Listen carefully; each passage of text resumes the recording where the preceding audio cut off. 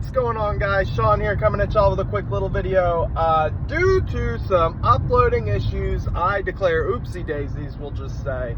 I did not put out my video for week 1. If you guys want to see it, I could possibly put it back out later. I uploaded it, it went to private, didn't realize it, haven't been on YouTube, been doing a lot of family stuff, doing stuff elsewhere.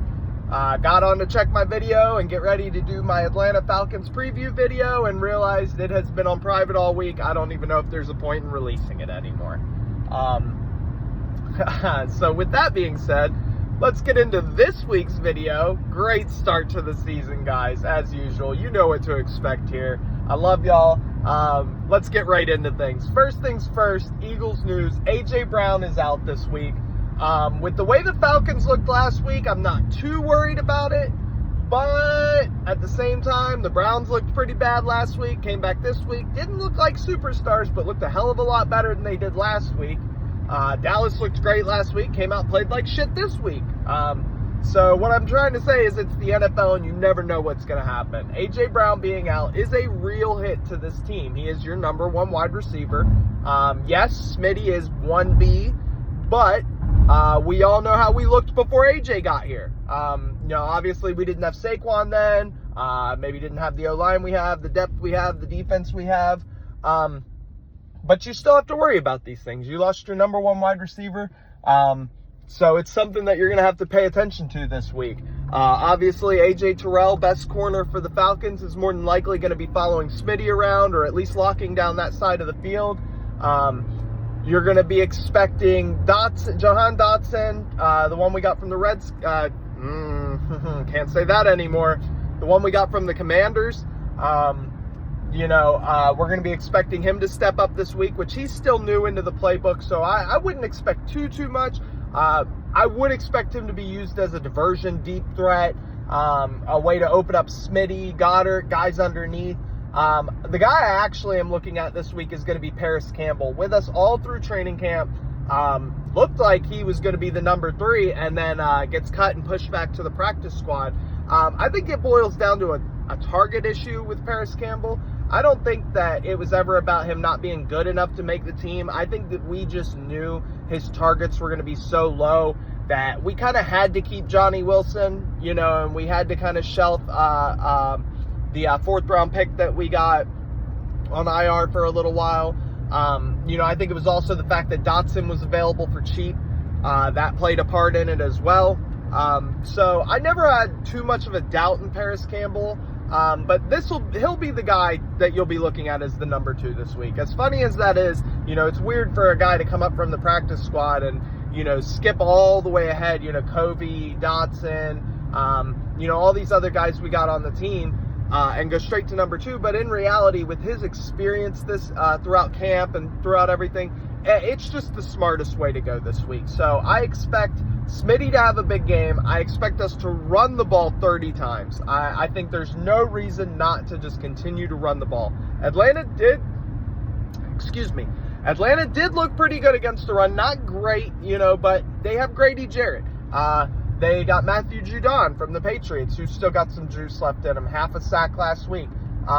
They still have guys. So, I'm not saying it's going to be easy to run the ball, but, I'll bet on our line before their D-line any day of the week. And that's not just the Falcons. That's any team in the NFL. I have that much confidence in this O-line, especially when we're talking about run blocking. We hit our double teams and push up to the second level. There's nobody that can keep up with this O-line. Defense this week, Kirk Cousins is still a little bit of a statue. He's still scared about the Achilles tendon.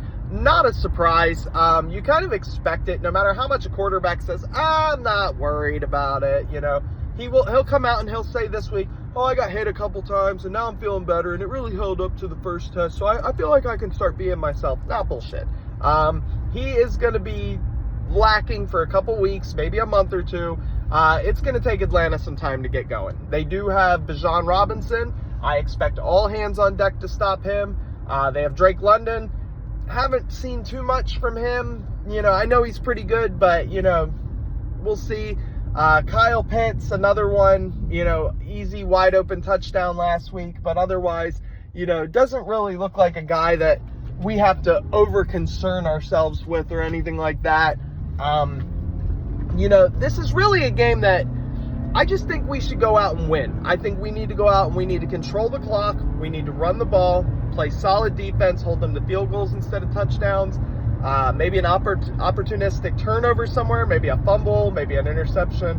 And it should be an easy win. It really, really shouldn't be that bad for us this week. Nothing against the Falcons. I think they're growing in the right direction. I think they will be a good team at some point. Kirk Cousins has been a great regular season quarterback, and that's a team with a lot of talent. So I expect them to get better. I don't expect this to be a walk in the park, but at the same time, I do expect a win this week. So, defense has been looking good. I need to see more out of our pass rushers. Huff, Nolan Smith, a lot of meh last week. I know people were saying Josh Sweat was everywhere and he was getting to the quarterback. He just kept slipping, and BG looked decent. And, I don't. Pressures are nice, okay? If you force a bad pass, an interception, an incompletion or something, pressures are nice. But when a quarterback sees all game that you're getting pressure but you're not getting home, that pressure starts to dwindle. So at a certain point, you have to do something. That was the difference between Hassan Reddick and the guys we have on the team now. Yeah, you can pressure, that's fine, but are you going to do something at some point to make the pressure actually build? Jalen Carter, Jordan Davis, Marlon T, what I saw of our D tackles this week, I felt great. I felt like we were in the backfield a lot. There were guys getting doubled and beat, and you expect that. I saw Jalen Carter on the ground one time, and I freaked out during the live game. Going back and watching, he got doubled, he slipped, and then put on the ground because of the double. It didn't hurt him. He was still a force in making sure the O-lineman didn't move, even though he slipped. So, our D tackles looked great last week. I was really, really surprised. Don't let the stats fool you. I think the interior of our D-line looked fantastic last week. Absolutely fantastic. So, our edge guys got to get it together. More questions for this week. Who's going to play corner for us? Avonte Maddox did not look good. Slipping as well. But even when he wasn't slipping, he didn't look that good. So, Slay played great, I think. Maybe one target, one catch. And I think that the rookie on the other side played great. Can Isaiah Rodgers come in and start outside? Are we going to do some reshuffling? Does Cooper DeJean come into the slot? It's going to be really interesting to see what we do. So that's pretty much it for this week, guys. I don't really have a lot to say, or, other than the A.J. Brown thing, it should be business as usual. We could throw in a little Dallas sucks for good measure. That was pretty entertaining to watch, wasn't it? Alvin Kamara absolutely torched Dallas in Jerry World. But, other than that, guys, that's pretty much it for me. I love y'all. I appreciate y'all. Thanks for coming back, even though my dumbass forgets to change videos from private to public. And thank you all for the continued support throughout the season. It's going to be a great year. I got high hopes this year. We're gambling a little bit this year. If you guys are interested in hearing me talk a little bit more about betting and gambling, stuff of that nature, let me know. I'd be totally interested in it. We went up a 20 yesterday.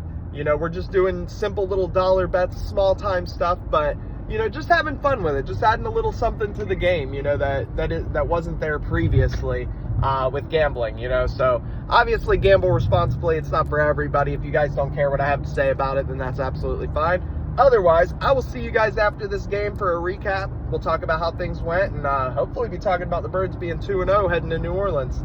All right, guys, fly, Eagle, fly. I love y'all. Thank you. Be good.